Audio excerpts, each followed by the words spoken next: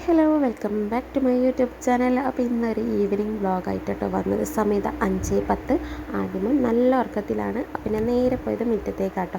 അപ്പോൾ ഉണങ്ങിയ തുണിയൊക്കെ എടുത്ത് വെച്ചിട്ടുണ്ട്, മടക്കിയിട്ടില്ല. അത് വേഗം എന്താ പറയുക, കുറച്ചും കൂടി കഴിഞ്ഞിട്ട് വിളക്കൊക്കെ കത്തിച്ചതിന് ശേഷം സമാധാനത്തിൽ മടക്കാമെന്ന് വിചാരിച്ചിട്ടോ. അപ്പോൾ ഞാൻ നേരെ ചെടിയൊക്കെ നനയ്ക്കാനായിട്ട് പോയി. അപ്പോൾ ആദ്യമോൻ എണീക്കുന്നതിന് മുന്നേ എനിക്ക് ചെടികളൊക്കെ ഒന്ന് നനയ്ക്കണം. കാരണം പിന്നെ അവനും കണ്ടാലും അവനും നനയ്ക്കേണ്ടി വരും. വെള്ളത്തിൽ കളിക്കും, പിന്നെ കരച്ചിലായി വീച്ചിലായി, അങ്ങനെ കുറച്ച് കാര്യങ്ങളുണ്ട്. അപ്പോൾ അതൊക്കെ കഴിഞ്ഞ് ഞാൻ നേരെ പോയത് ചായ വെക്കാനാണ്. അപ്പോൾ ഇവിടെ സാധാരണ ഒരു 4 മണി 4:30 ആകുമ്പോഴത്തേക്ക് ചായ കൂടി കഴിയാറുണ്ടായിരുന്നു കേട്ടോ. ഈ പതിവ് ഇപ്പം എന്നും ഒരുപോലെ ആവില്ലല്ലോ. ഇപ്പോൾ സമയം ഏകദേശം ഒരു 5:30 ആയിട്ടുണ്ട്. അപ്പോൾ അച്ഛൻ കുളിച്ച് വന്നിട്ടുണ്ട്, അമ്മ കുളിക്കാനായിട്ട് പോയിട്ടുണ്ട്. ആദ്യമേ അച്ഛൻ പിന്നെ മീനൊക്കെ വാങ്ങാൻ വേണ്ടി പുറത്തേക്ക് പോയിട്ടുണ്ട് കേട്ടോ. അപ്പം വല്യമ്മക്ക് കുറച്ച് മധുരം മതി, പിന്നെ ഇത് എനിക്ക് അച്ഛനും അമ്മയ്ക്ക് കേട്ടോ. അപ്പം വെള്ളമൊക്കെ നന്നായി തിളച്ച് ചായപ്പൊടിയൊക്കെ ഇട്ട് ചായ നന്നായി തിളച്ചു. അപ്പം ഞാൻ ചായയൊക്കെ പാർന്ന് അച്ഛനെ കൊണ്ട് കൊടുത്തിട്ട് വല്യമ്മക്ക് കൊടുക്കണം കേട്ടോ. അപ്പോൾ വല്യമ്മ കിടക്കുകയായിരിക്കും, കാരണം വല്യമ്മക്ക് ഇപ്പോൾ ഇടയ്ക്കിടയ്ക്ക് ഓരോ വയ്യായി കേട്ടോ. വല്യമ്മ എന്ന് പറയുന്നത് എന്താ പറയുക, അമ്മേൻ്റെ ചേച്ചീനെയല്ല കേട്ടോ. വല്യമ്മ എന്ന് പറയുമ്പോൾ ചിലർ അങ്ങനെയൊക്കെ ഉദ്ദേശിക്കുന്നത്. ഇത് അച്ഛൻ്റെ അമ്മയാണ്. അച്ഛമ്മേനെ പറ്റിയിട്ടാണ് ഞങ്ങൾ വല്യമ്മ എന്ന് പറയുന്നത് കേട്ടോ. അപ്പോൾ എന്താ പറയുക, ഞങ്ങൾ ഇവിടെ ഞാൻ വന്നേരം എല്ലാവരും വല്യമ്മ എന്നാണ് വിളിക്കൽ. അതുകൊണ്ട് പിന്നെ ഞാനും അങ്ങനെ വിളിച്ചു. പക്ഷേ നേരെ അച്ഛൻ്റെ അമ്മയാണ് കേട്ടോ. അപ്പോൾ എന്താ പറയുക, അത് പിന്നെ എല്ലാവരും അങ്ങനെ വിളിച്ച് ശീലാനെ കൊണ്ട് അങ്ങനെ വിളിക്കുന്നു കേട്ടോ. അപ്പോൾ അതാ അച്ഛനുള്ള ചായ പാർന്നു. ഇനിയിപ്പം അച്ഛനെ എനിക്കുള്ള ചായ പാർന്നു കേട്ടോ. അച്ഛന് ഇനി എന്താ പറയുക, ചായക്ക് കൂട്ടാൻ വേണ്ടിയിട്ട് 6 നമ്പറും 2 റസ്കും എടുത്ത് വയ്ക്കുന്നുണ്ട്. അപ്പോൾ വല്യമ്മക്ക് ഒന്നും എടുത്ത് വെച്ചില്ല. വല്യമ്മ വന്നിട്ട് എന്താ വേണ്ടിയെന്ന് വെച്ചിട്ട് എടുത്തൊക്കെ വിചാരിച്ചു. ചില ദിവസം ഒന്നും കഴിക്കാറില്ല, ചായ മാത്രം കുടിച്ച് നീറ്റ് പോകും കേട്ടോ. അപ്പോൾ അച്ഛന് ചായ കൊടുത്ത് നേരെ വല്യമ്മൻ്റെ അകത്ത് പോയി നോക്കിയപ്പോൾ വല്യമ്മ അവിടെ ഇല്ല കേട്ടോ. അപ്പോൾ വല്യമ്മ എവിടെ പോയി എന്നല്ല ചിന്തിക്കുന്നത്. വല്യമ്മ ഒന്നുകിൽ ഇങ്ങനെ കൊലായിലോ അല്ലെങ്കിൽ എവിടെയെങ്കിലും ഇരിക്കുന്നുണ്ടാവും. അപ്പോൾ ഞാൻ വന്ന് നോക്കിയപ്പോൾ അടുക്കള പുറത്ത് കൊലായിലിരിക്കുന്നുണ്ട്. എന്നോട് പറഞ്ഞു, എനിക്ക് വയ്യ, നീ ചായ എന്തെങ്കിലും അവിടെ എടുത്ത് വെച്ചോ, നീ കുടിച്ചോ എന്നിട്ട് എന്ന് പറഞ്ഞു. അപ്പോൾ ഞാൻ എന്ത് ചെയ്തു, എൻ്റെ ചായ കുടിക്കാൻ വന്നതാട്ടോ. അപ്പം എന്താ പറയുക, ഞാൻ 6 നമ്പർ റസ്കൊന്നല്ല എടുത്ത് വീട്ടിൽ നിന്ന് വരുമ്പോൾ അതിമോന് വേണ്ടിയിട്ട് അമ്മ ബിസ്ക്കറ്റ് തന്നിരുന്നു കേട്ടോ.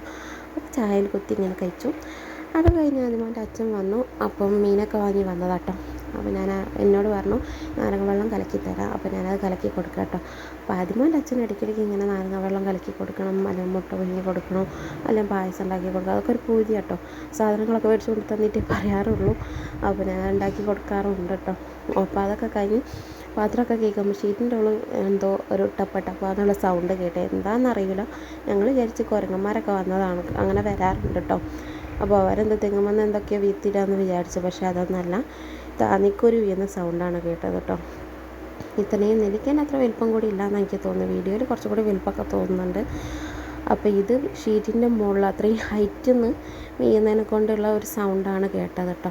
അപ്പോൾ ഇതിനെക്കുറിച്ച് അറിയുന്നവർക്ക് എന്താ പറയുക, പ്രത്യേകിച്ച് പറയേണ്ട കാര്യമൊന്നുമില്ലല്ലോ. ഇത് നമ്മൾ സ്കൂളിലൊക്കെ പഠിക്കുന്ന സമയത്ത് എന്താ പറയുക, ബദാം ഇങ്ങനെ പെറുക്കി കൊണ്ടുവന്നിട്ട് കരിങ്കല്ല് വെച്ചൊക്കെ ഇങ്ങനെ കുത്തി ഉടച്ച് അതിൻ്റെ ഉള്ളിലത്തെ ഒരു വെള്ള സംഗതി ഇങ്ങനെ കഴിക്കുമല്ലോ, സെയിം സാധനം തന്നെ കേട്ടോ അത്. ഇതിൻ്റെ ഉള്ളിൽ അങ്ങനത്തെ ഒരു സാധനമുണ്ട്, ഒരു വെള്ള സംഗതി ഉണ്ട്. അത് നമ്മൾ കഴിക്കും കേട്ടോ. ബദാം പൊട്ടിച്ച് കഴിക്കുന്ന അതേ ടേസ്റ്റ് തന്നെയാണ് ഇതിനുള്ള കേട്ടോ, ഒരു മാറ്റവും ഇല്ല. അപ്പോൾ ഞാനൊന്ന് കഴിച്ചു, പിന്നെ ഒന്ന് ഞാൻ ആദ്യമോൻ്റെ അച്ഛനെടുത്തതാണ് കേട്ടോ. അപ്പോൾ നല്ല ടേസ്റ്റ് ഉണ്ടായിരുന്നു കേട്ടോ. ഞാൻ ആദ്യമായിട്ടാണ് കഴിച്ചു നോക്കുന്നത്. കഴിക്കുന്നുള്ള കേട്ടിട്ടുണ്ട് കേട്ടോ, പക്ഷെ കഴിച്ചില്ലായിരുന്നു. അതൊക്കെ കഴിഞ്ഞ് ഒരു 6:30 ആയപ്പോൾ മുഖമൊക്കെ വിളക്കെത്തിച്ചു.